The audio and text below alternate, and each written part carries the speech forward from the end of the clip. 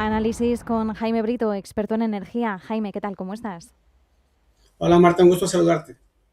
Muchísimas gracias por acompañarnos en este espacio en el que siempre hablamos de la geopolítica del petróleo. Y bueno, esta semana inevitablemente el protagonismo se lo lleva Irán, cumbre en Ginebra entre Irán y Estados Unidos.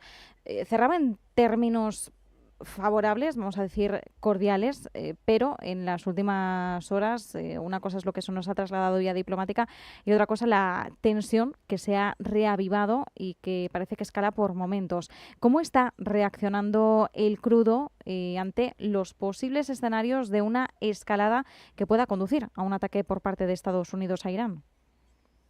Como bien lo comentas, Marta, han seguido redoblando más fuerte los tambores de una potencial acción militar. El crudo Brent comenzó la semana en los $70 por barril, básicamente redondeando números, y a lo largo de miércoles y jueves ya llegó a rebasar los $72 por barril. Es decir, todas estas noticias incrementales a lo largo de la semana de que la embajada de Australia, la China, etcétera, han ido recomendando a sus ciudadanos que dejen la zona, que abandonen sus embajadas dentro de Irán, etcétera, o recomendando a sus ciudadanos que no viajen como una precaución adicional. Creo que es lo que básicamente le ha dado ese alimento, esa excusa a los participantes financieros para que vayan comprando la retórica, en mi opinión, el potencial de que pudiera haber una actividad militar en el contexto de que siguen las negociaciones. Entonces, pues habría que ver si, como muchos comentan, este fin de semana podría ocurrir algo, aunque las últimas declaraciones de lo que yo me quedaría como oficiales son que las negociaciones van a continuar la siguiente semana. Ujú. Claro, la perspectiva a priori, Jaime, es esa, que la semana que viene tengamos unas conversaciones técnicas en Viena, es el nuevo lugar, el nuevo punto, pero es verdad que se le ha preguntado a Donald Trump en esta última hora, antes de él dirigirse hacia Texas, le han preguntado por una posible operación militar en Irán y él ha dicho que no quiere hacerlo, pero que en ocasiones, bueno, pues no queda otra, ¿no? No queda otro remedio. Claro, ¿cómo crees que está interiorizando el mercado estas declaraciones que por parte de la Casa Blanca siempre dejan la puerta abierta a una posible operación? Porque Donald Trump se ha mostrado con esa ambigüedad que en algunas ocasiones tanto le caracteriza, pero ¿cómo recoge el mercado esta ambigüedad? ¿Cómo la interpreta? Sí, bueno, yo creo que hay una diferencia muy importante que hay que analizar desde mi punto de vista personal.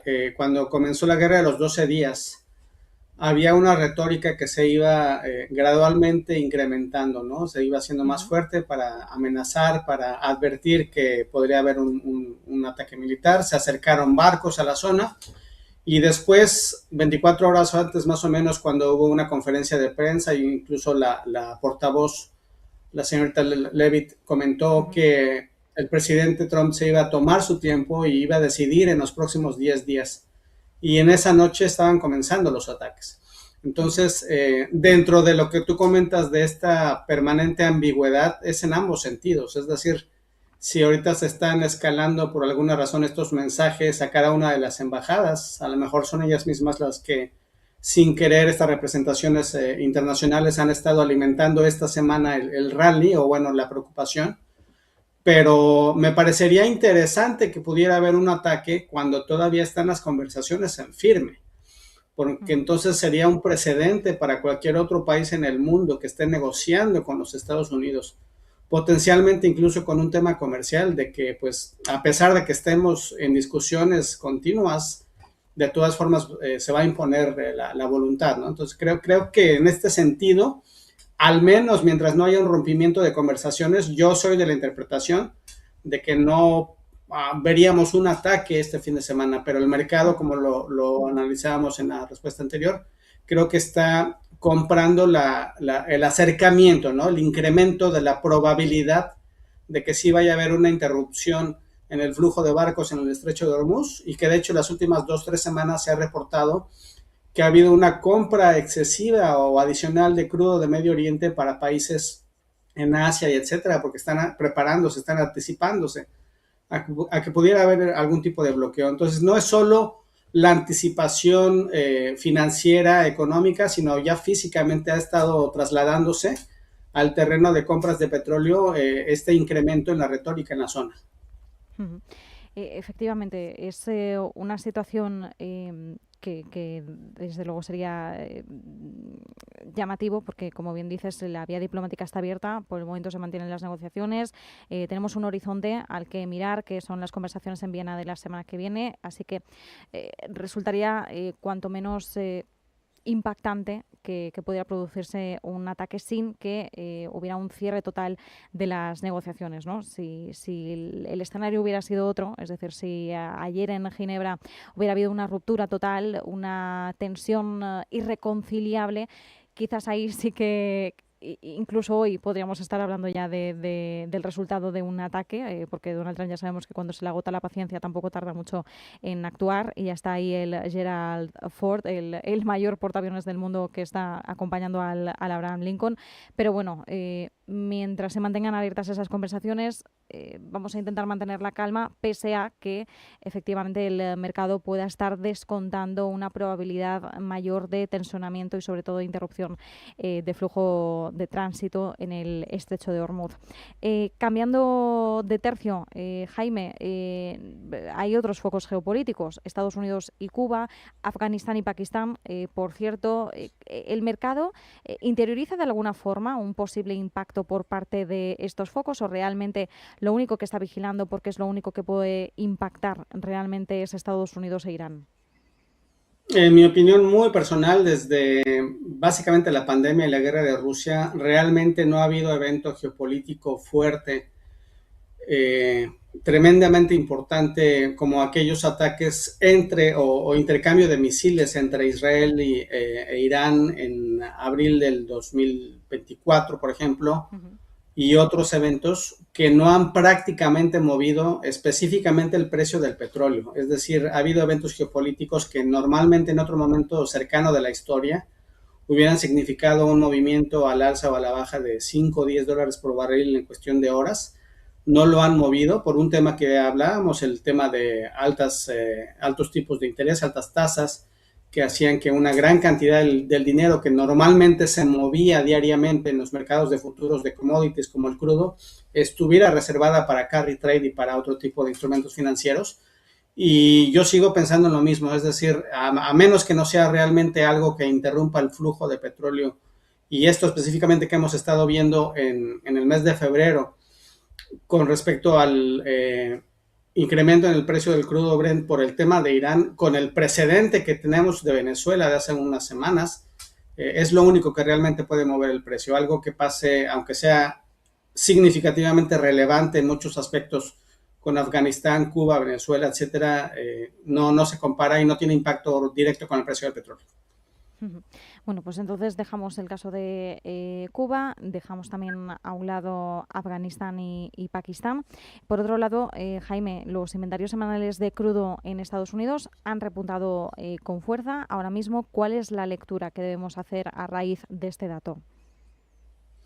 Normalmente, nada más como contexto para tu audiencia, hay un reporte semanal que emite la Agencia Energética de Estados Unidos de todo, de producción de petróleo, de inventarios, de gasolina, de combustibles en general y de crudo. Y normalmente hay movimientos de los inventarios de petróleo crudo en este país que pueden rondar entre los 500,000 barriles por día más o menos, o un aumento en los inventarios de 1 millón de barriles, 2 millones o un decremento, pero esta semana se reportó que los inventarios de petróleo habían incrementado en 16 millones de barriles, lo cual en una perspectiva histórica es un número bastante grande que no tiene una importancia gigantesca desde el sentido de que es un reporte semanal y que a final de mes puede haber correcciones y en el número mensual a lo mejor ese número se ajusta, pero históricamente es el tipo de cosas que en otros contextos con menores tasas de interés, etcétera, hubiera provocado que el precio del crudo WTI al menos cayera 3, 4, 5 dólares por barril por esa noticia del incremento de inventarios. Entonces es interesante que parecería que en esta semana nadie se enteró o a nadie le importó el hecho de que hubiera este incremento de inventarios, y vamos a ver si la semana que viene la Agencia Americana de Energía reporta otro incremento de inventarios o si al contrario ajusta ese número a la baja y queda en que el impacto neto en el mercado no era significativo.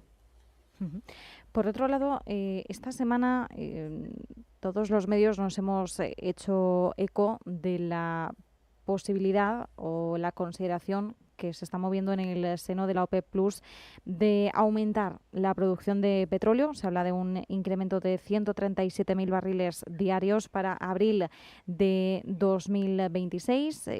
Algunos de los argumentos era que buscaba aprovechar el pico de demanda estival, recuperar cuota de mercado. ¿Hasta qué punto ese argumento se sostendría, Jaime, o hasta qué punto tendríamos que mirar más bien a un enfoque de intentar mantener los precios bajos en caso de que la cuestión geopolítica entre Estados Unidos e Irán pueda escalar más?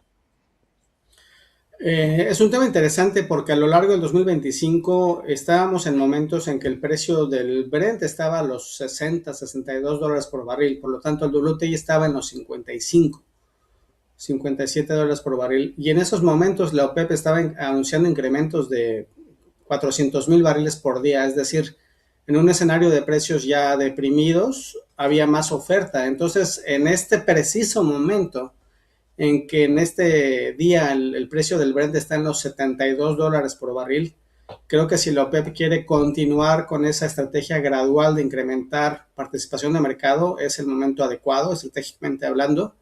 Creo que tendría mucho sentido no solo que incrementara en 137,000 barriles, sino más todavía su producción por el simple hecho, la coyuntura de que el precio del crudo está alto, ¿no?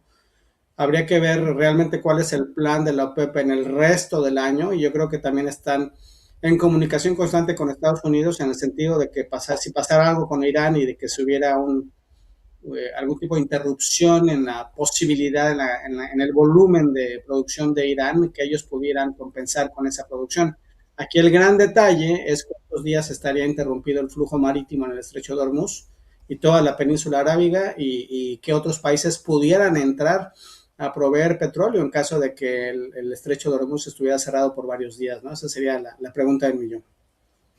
Claro, Jaime, aquí me surge una duda, porque esto estamos hablando de un posible incremento de cara a abril, es decir, quedan en torno a 2 meses o un mes y poco.